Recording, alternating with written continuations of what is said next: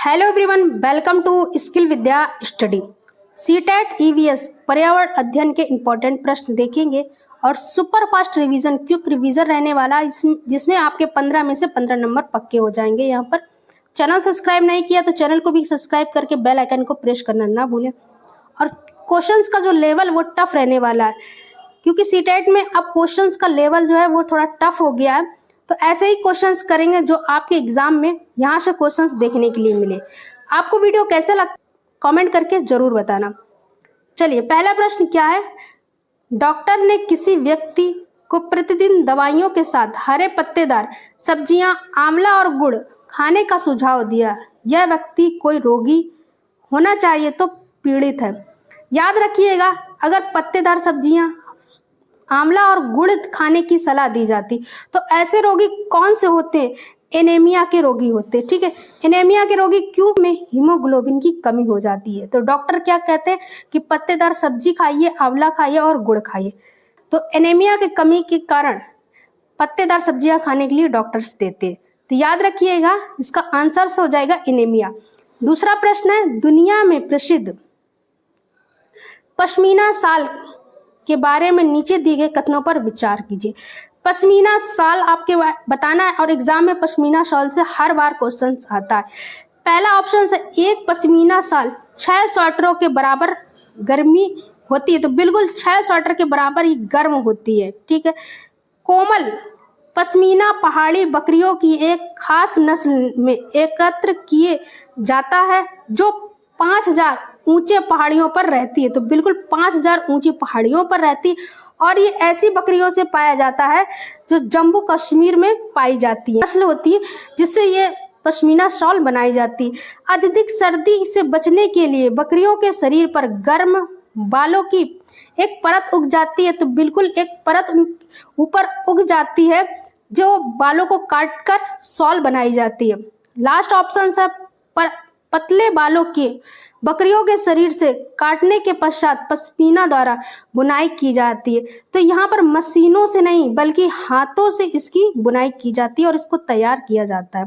6 sweaters के बराबर गर्म होती है और 5000 ऊंची पहाड़ियों पर रहती जो बकरियां हैं उनसे ये बनती हैं। ये अत्यधिक सर्दी से बचने के लिए बकरियों के शरीर पर गर्म बालों की एक परत यहाँ पर आ जाती है। तो याद रखिएगा, इसकी जो बुनाई है वो मशीन से नहीं हाथों से होती है। तो इसमें ए, बी और सी ऑप्शन सही हो जाएगा, जबकि डी में मशीनों के द्वारा नहीं होती। तो डी नंबर है वो रॉन्ग हो जाएगा। तो राइट ऑप्शन हो जाएगा ए और बी और सी यहाँ पर हो जाएगा। डी वाला ऑप्शन इसका राइट हो जाएगा। चलिए, अगला प्रश्न है, हमारे देश के किस राज्य केंद्र शासित प्रदेश की सीमा समुद्र तट अरब सागर से लगती है? आंध्र प्रदेश हो गया, कर्नाटका हो गया, पुडुचेरी हो गया, पश्चिम बंगाल हो गया। तो याद रखिएगा, जो हमारे देश की केंद्र शासित प्रदेश की सीमा समुद्र तट से रखती है वो है कर्नाटका। ठीक है, याद रखिए। और भारत वर्तमान में 28 स्टेट है। ठीक है, ये भी याद रखिएगा। चलिए, अगला प्रश्न है 4 नंबर, और 4 नंबर प्रश्न है, देखिए, उस महिला खिलाड़ी का नाम क्या है जिसने 12 वर्ष की आयु में ही वजन उठाने का अभ्यास आरंभ कर दिया था और 130 किलोग्राम तक वजन उठाने में सफलता प्राप्त की थी। अंतरराष्ट्रीय में 29 मेडल भी जीते। तो ऐसी कौन सी है जिन्होंने 29 मेडल भी जीते और 130 ग्राम वजन भी उठाया और 12 वर्ष की वजन उठाने के अभ्यास भी कर रही? तो वो है बिछेंद्री पाल हो गई, सुनीता विलियम हो गया, वहीदा पिज्म हो गई, कर्णम मलेश्वरी हो गया। तो इसका राइट ऑप्शन हो जाएगा वो हो गया कर्णम मलेश्वरी। देखिए, इन्होंने 29 मेडल जीते थे। ठीक है, उसके बाद 130 किलोग्राम तक की इन्होंने वजन उठाने की क्षमता थी और ये काम जो अभ्यास कर रही है ये 12 वर्ष से कर रही है। तो इसका राइट ऑप्शन हो जाएगा कर्णम मलेश्वरी। चलिए, 5वां नंबर प्रश्न है, मसालों का वह समूह जिसके प्रत्येक सदस्य को केरल में उगाया जाता है वो कौन सी? में याद रखिएगा कौन कौन से मसाले उगते हैं। तो काली मिर्च हो गया, हल्दी, तेजपत्ता या काली मिर्च, इलायची, जीरा, काली मिर्च, तेजपत्ता, जीरा, काली मिर्च या इलायची। तो उसमें हो गया तेजपत्ता, काली मिर्च और इलायची। ठीक है, इसका राइट ऑप्शन हो जाएगा बी नंबर। तो याद रखिएगा, अगर केरल में पूछा जाए कि कौन से मसाले उगाए जाते हैं तो तेज पत्ता, काली मिर्च और इलायची। ठीक है,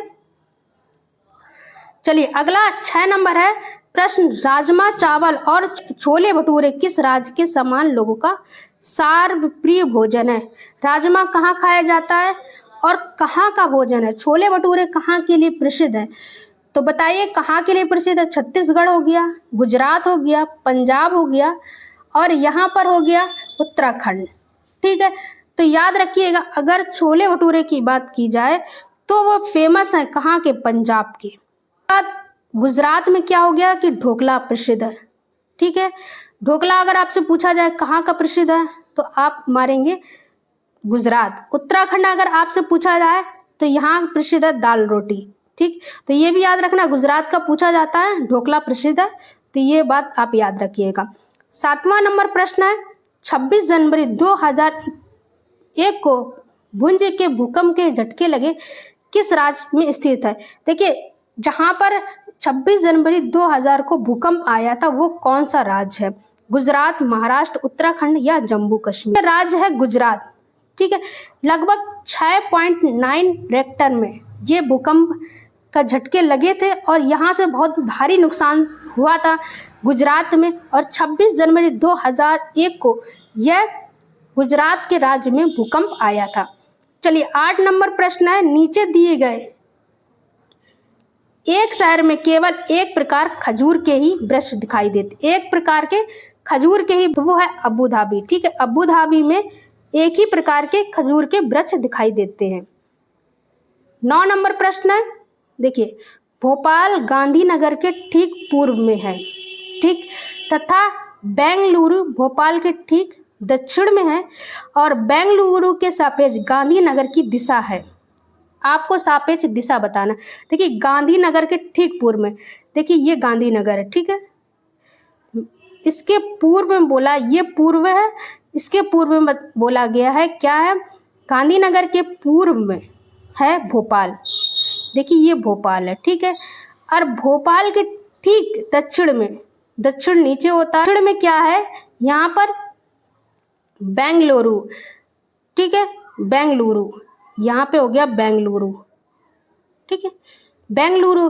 अब क्या पूछ रहा है कि बेंगलुरु के सापेक्ष गांधीनगर और बेंगलुरु के सापेक्ष कौन सी दिशा है? तो ये दिशा आपको बतानी है कौन सी दिशा है। ठीक है, अगर यहाँ पर हम मैप रखेंगे इस तरीके से तो ये दिशा हो जाएगी, ये दिशा, ये दिशा होती है, याद रखिएगा, उत्तर और पश्चिम दिशा। ठीक है, उत्तर पश्चिम दिशा होती है ये, तो इसके सापेक्ष जो होगी वो उत्तर और पश्चिम दिशा होगी। ठीक है, याद रखिएगा, उत्तर पश्चिम दिशा हो जाएगी। देखिए यहाँ से मैप से भी देख लीजिए, ये देखिए उत्तर, ये पूरब और ये दक्षिण, ये पश्चिम और ये उत्तर पश्चिम। ठीक, ये हो गए दक्षिण पश्चिम और उत्तर पूर्व और दक्षिण पूर्व। ठीक है, चलिए अगला प्रश्न है 11 नंबर, और 11 नंबर प्रश्न है, पीतल ब्रश निम्नलिखित में से सही कथन को चुनिए। यहाँ पर सही कथन आपको चुनना है। यह एक तत्व है, यह एक यौगिक है, यह कापर का मिश्र धातु, कापर और जस्ता का यहाँ पर एक ये मिश्र धातु है, ये एक कापर और टिन मिश्रण है। तो याद रखिएगा, पीतल और ब्रश होते हैं कापर और जस्ता का मिश्र धातु होते हैं। कापर और जस्ता जब आपस में मिलते हैं किया जाता है। चलिए अगला प्रश्न है 12 नंबर। 12 नंबर प्रश्न है, चंपा आदिवासी के लोग जो पर्वतों में रहते हैं, ये बड़े तिकोनी आकृति के टेंटों का उपयोग रहने के लिए करते हैं, जो उन्हें अत्यधिक ठंड से बचाते। इन टेंटों का डिजाइन है।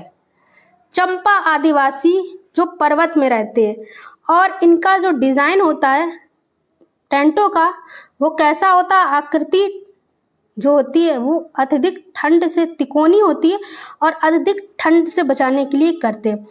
तो ये चंपा जो आदिवासी हैं, ये टेंट का जो डिजाइन है वो कितने वर्ष पुराना? 1000 वर्ष, लगभग 800 वर्ष पुराना, या 100 वर्ष पुराना, या अत्यंत आधुनिक।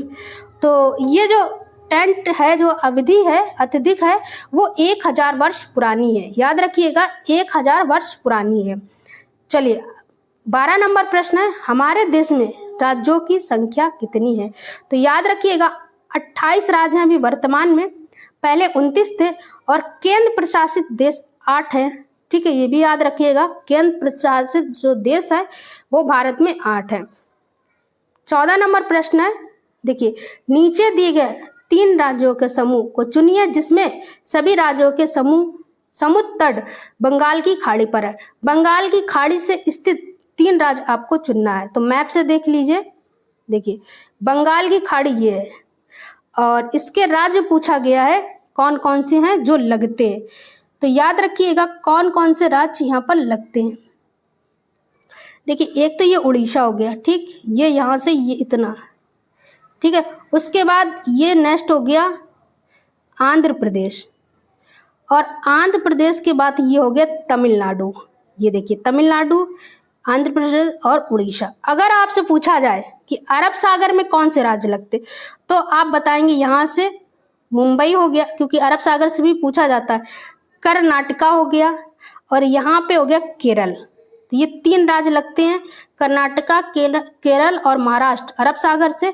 और अगर वहीं आपसे पूछा जाए बंगाल की खाड़ी से, तो उड़ीसा, आंध्र प्रदेश और तमिलनाडु। उड़ीसा, आंध्र प्रदेश और तमिलनाडु, याद रखिएगा। तो इसमें ऑप्शन से जो है ए नंबर है, उड़ीसा और आंध्र प्रदेश और तमिलनाडु। मैप से आपके एग्जाम में हर बार 2 क्वेश्चंस या 3 क्वेश्चंस आते हैं ईवीएस में। तो सीटेट के लिए मैप जरूरी है, तो मैप जब भी आप एग्जाम दे, मैप को जरूर एक बार देख कर जाए। 15 नंबर प्रश्न है और लास्ट प्रश्न है। चैनल सब्सक्राइब नहीं किया तो चैनल को भी सब्सक्राइब कर लीजिए और बेल आइकन को प्रेस करना ना भूलें। हमारे देश में एक ऐसा क्षेत्र है जो ऊंचा, सूखा और समतल है और ठंडे रेगिस्तान के नाम से जाना जाता है। यहाँ वर्षा बहुत ही कम होती है। यहाँ वर्षा से ढके पर्वत और सूखे ठंडे सपाट मैदान। यहाँ क्षेत्र कहाँ का भाग हो सकता है? यह क्षेत्र कहाँ का भाग हो सकता है? जहाँ पर ऊंचे, सूखे, समतल और ठंडे रेगिस्तान के नाम से जाना जाता है। यह वर्षा बहुत ही कम होती है। वर्षा ढके पर्वत और सूखे ठंडे सपाट मैदान है। तो ऐसा क्षेत्र कौन सा हो सकता है? तो याद रखिएगा कि ऐसा कौन सा देश होता है, लेह लद्दाख, जहाँ पर ऊंचे, सूखे, समतल, ठंडे रेगिस्तान मिलेंगे और उसके बाद आपको वर्षा बहुत कम होती है और ढके हुए मिलेंगे। ठीक, तो लेह और लद्दाख, ठीक, लेह में जो होते हैं वो क्या होते हैं, रेगिस्तान होते हैं। हिमाचल प्रदेश में आपको रेगिस्तान नहीं मिलते हैं और जम्मू कश्मीर में भी नहीं मिलते। पर जो जम्मू कश्मीर है ये भी ठंडा ठंडा रहता है और यहाँ पर भी धूप बहुत कम निकलती है। हिमाचल प्रदेश में भी ऐसा ही है, पर लेह और लद्दाख में अगर आपसे पूछा जाए रेगिस्तान, ठंडे रेगिस्तान, तो वो लेह और लद्दाख में। तो राइट ऑप्शन इसका हो जाएगा बी नंबर। ठीक है, इसके इंपॉर्टेंट प्रश्न थे। तो आपको प्रश्न कैसे लगे मुझे कमेंट करके जरूर बताएं। Thank you for watching the video.